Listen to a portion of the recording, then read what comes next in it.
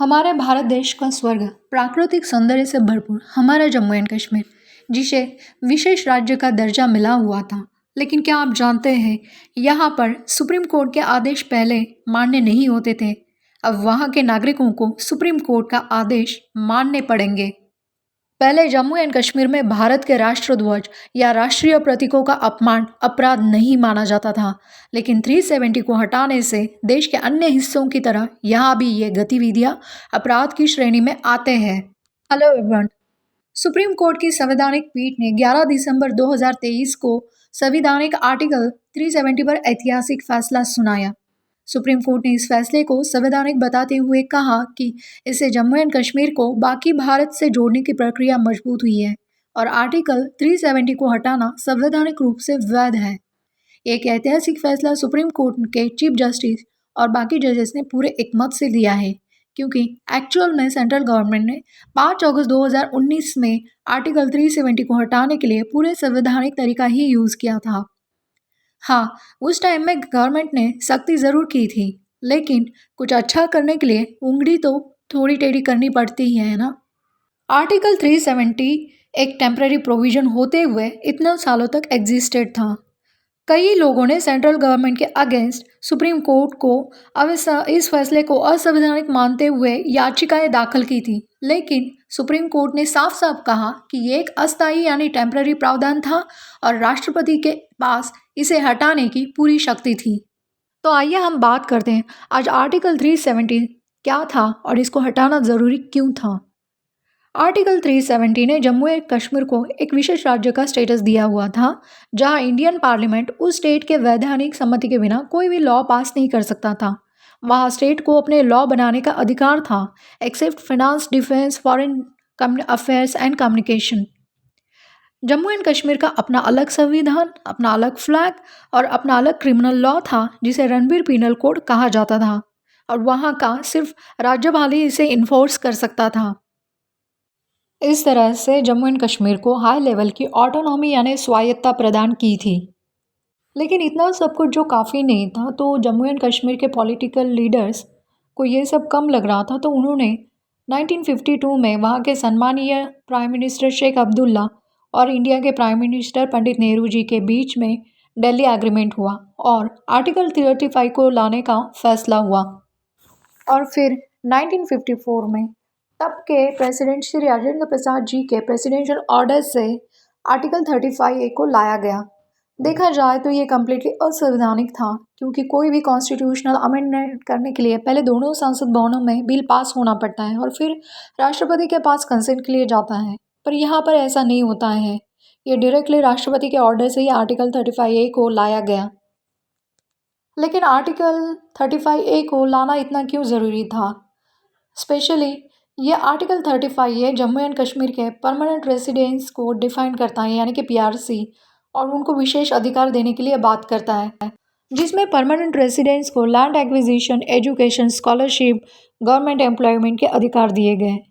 ये article 35A हमारे constitutional के स्पिरिट के अगेंस्ट था, जो caste, class, gender, place of origin के बेसिस पर डिस्क्रिमिनेशन करता है और भारतीय संविधान को वायलेट करता है। इस आर्टिकल ने जम्मू एंड कश्मीर जो वहाँ के नॉन परमानेंट रेसिडेंट थे, उन्हें property right, state government job, election या स्टूडेंट्स को पार्टिसिपेट करना, गवर्नमेंट में इंस्टीट्यूशन में एडमिशन, इसके अलावा voting rights, right to join central civil services, इतने सारे बेसिक राइट से वंचित रखा गया था। यह आर्टिकल एंटी वुमेन था, जो वहाँ की महिलाओं के ट्रिपल तलाक, डोमेस्टिक वायलेंस और क्रुएल्टी के अगेंस्ट प्रोटेक्शन नहीं देता था। अगर वहाँ की महिला ने किसी नॉन परमानेंट रेसिडेंट पुरुष के साथ शादी कर ली, तो उन्हें भी वहाँ पर कोई परमानेंट प्रॉपर्टी में राइट नहीं होते थे और उनके बच्चों को भी प्रॉपर्टी राइट नहीं मिलते थे। इसके अलावा बच्चों को जो 14 साल की उम्र तक बेसिक एजुकेशन राइट होता है, उसे भी यहाँ पर प्रोटेक्ट नहीं किया गया जा रहा था। इसके साथ ही शेड्यूल कास्ट के साथ डिस्क्रिमिनेशन हो रहा था। इन सारी परिस्थितियों को देखकर सेंट्रल गवर्नमेंट ने 370 को हटाने का निर्णय लिया, जो 5 अगस्त 2019 में आर्टिकल 370 को हटाया गया। अब बात करते हैं आर्टिकल 370 एंड आर्टिकल 35A हटाने से जम्मू कश्मीर में क्या बदलाव होंगे या फिर 2019 के बाद क्या बदलाव हो चुके हैं। 370 को हटाने से अब जम्मू एंड कश्मीर को एक स्टेट और लद्दाख को एक केंद्र शासित प्रदेश होगा। यहाँ की राजनीतिक तस्वीर पूरी बदल चुकी है। साथ ही साथ यहाँ के स्थायी नागरिकों को मिलने वाले कुछ विशेष अधिकार और सुविधाओं में कटौती हुई है। पहले जम्मू एंड कश्मीर में भारत के राष्ट्रध्वज या राष्ट्रीय प्रतीक को अपमान अपराध नहीं माना जाता था, लेकिन 370 को हटाने से देश के अन्य हिस्सों की तरह यहाँ भी गतिविधियाँ अपराध की श्रेणी में आते हैं। सुप्रीम कोर्ट के आदेश पहले जम्मू एंड कश्मीर में मान्य नहीं होते थे, अब वहाँ के नागरिकों को सुप्रीम कोर्ट के आदेश मानने पड़ेंगे। पहले रक्षा, विदेश, संचार छोड़कर अन्य मामलों में जम्मू कश्मीर की सहमति लेनी पड़ती थी। अब वहाँ पर केंद्र सरकार अपने लॉज लागू कर सकती है। पहले जम्मू एंड कश्मीर की विधानसभा कार्यकाल 6 साल था, अब वो 5 साल होगा। पहले हिंदू सिख अल्पसंख्यकों को 16% का आरक्षण नहीं मिलता था, अब वो उनको आरक्षण मिल सकता है। अब देश का कोई भी नागरिक जम्मू एंड कश्मीर में ज़मीन खरीद पाएगा और वहाँ सरकारी नौकरी भी कर पाएगा। कोई भी वहाँ के उच्च शिक्षण संस्थाओं में एडमिशन ले पाएगा। महिला और पुरुष में किए जाने वाले भेदभाव खत्म हो जाएंगे।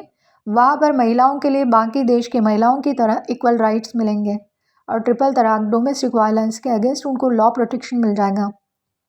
यहाँ के युवकों को ज़्यादा से ज़्यादा जॉब और एम्प्लॉयमेंट देकर उन्हें आतंकवाद से दूर रखा जाएगा और उन्हें वो लोग देश में की प्रगति में भाग लेंगे। जम्मू एंड कश्मीर में सेंट्रल गवर्नमेंट का कंट्रोल आने से आतंकवाद पर नियंत्रण आ सकता है, जिससे जम्मू एंड कश्मीर में शांति प्रस्तापित होगी। अब वहाँ पर गवर्नमेंट इंडस्ट्रियलाइजेशन और बिजनेस को बढ़ावा देकर इंफ्रास्ट्रक्चर भी डेवलप कर सकते हैं और जम्मू कश्मीर को प्रगति और समृद्धि शांति बहाल कर सकती है। हमारे आज के टॉपिक का कंक्लूजन है कि आर्टिकल 370 को हटाने का निर्णय बहुत महत्वपूर्ण और ऐतिहासिक है, क्योंकि सालों से जम्मू एंड कश्मीर में डिस्क्रिमिनेशन चल रहा है। आतंकवाद अपने पीक पर है। अनियंत्रित हिस्सा चलते हुए कितने ही कश्मीरी पंडित मारे गए और कितनों को अपना घर छोड़ना पड़ा। इन शॉर्ट, आर्टिकल 370 को इन गंभीर समस्याओं का रूट कॉज माना जाता है। अब वक्त है जम्मू एंड कश्मीर की जनता को भारत के साथ पूरी तरह से जोड़कर वहाँ पर पीस लाई जाए। केंद्र सरकार ने जिस उद्देश्य से जम्मू एंड कश्मीर से आर्टिकल 370 को हटाकर वहाँ के नागरिकों को आशाएं दी हैं, वो सारी सफल हो जाए। Thanks for watching this video.